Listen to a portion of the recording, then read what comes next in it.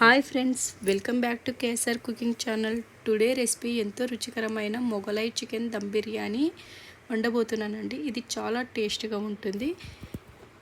ఈ వీడియో చూసే ముందు వీడియోకి ఒక లైక్ చేయండి, మన ఛానల్ని సబ్స్క్రైబ్ చేసుకోండి. ఇది చాలా టేస్ట్గా ఉంటుందండి. ఈ వీడియో స్కిప్ చేయకుండా చివరి వరకు చూడండి. అయితే వీడియోలోకి వెళ్ళిపోదాం. Let's go to video. ముందుగా 2 టేబుల్ స్పూను బాదం, 2 టేబుల్ స్పూన్ కాజు, 1 టేబుల్ స్పూన్ పిస్తా, వీటిని ఈ విధంగా కట్ చేసుకోవాలి.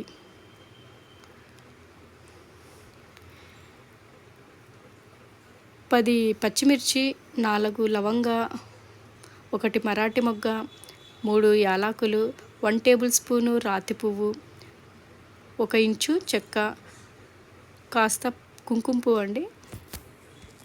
ఈ మసాలానంతా పొడి కొట్టుకోవాలి.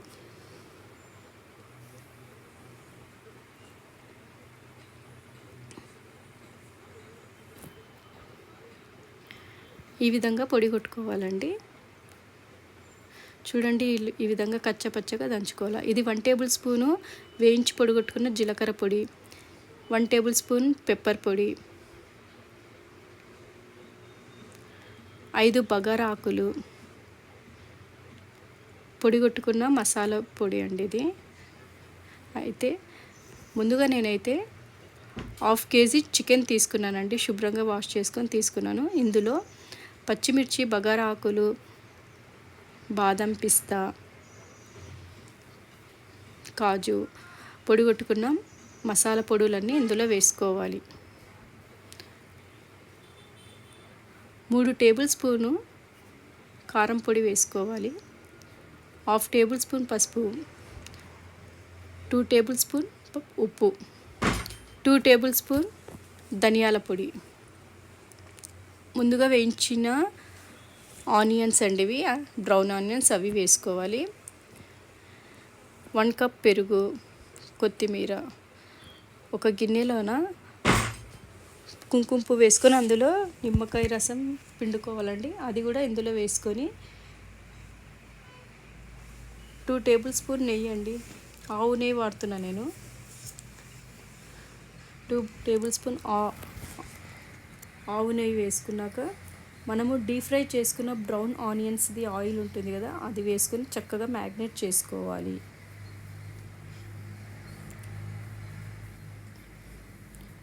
తర్వాత 2 టేబుల్ స్పూను అల్లం వెల్లుల్లి పేస్టు,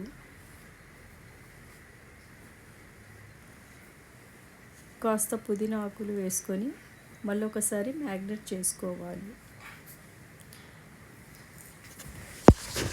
పుదీనా ఆకులు కట్ చేయకుండా ఇలాగే నేను చూపించిన విధంగా వేసుకోండి. ఇప్పుడు 1/2 కేజీ చికెన్కి 1/2 కేజీ బాస్మతి రైస్ తీసుకోవాలి.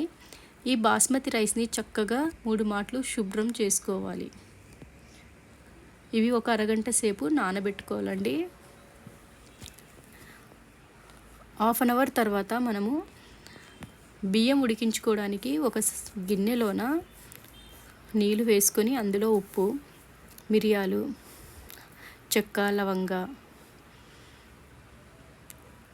2 టేబుల్ స్పూన్ ఆయిల్ వేసుకోవాలి.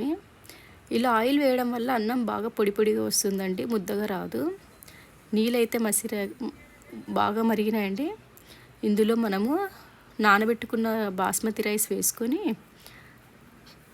ఉడికించుకోవాలి. ఇది 80% కుక్ అయితే చాలండి. చివరిగా కొత్తిమీర వేసుకోవాలి. ఈలోపు మనము ఇలాంటి దలసరది ఒక కడాయి తీసుకొని ఇందులోన మనము మ్యాగ్నేట్ చేసుకున్న చికెన్ని వేసుకోవాలి.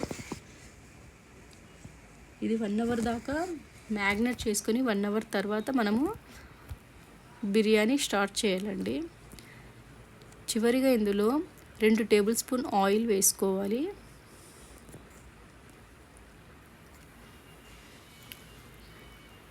రైస్ అయితే 80% కుక్ అవ్వాలా.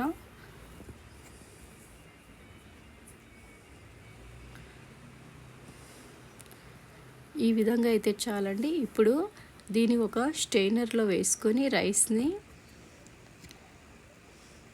మనం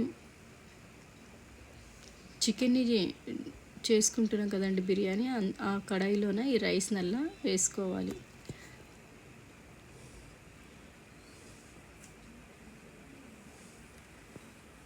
ఇలా లేయర్గా రైస్ని వేసుకోవాలండి చికెన్ పైన.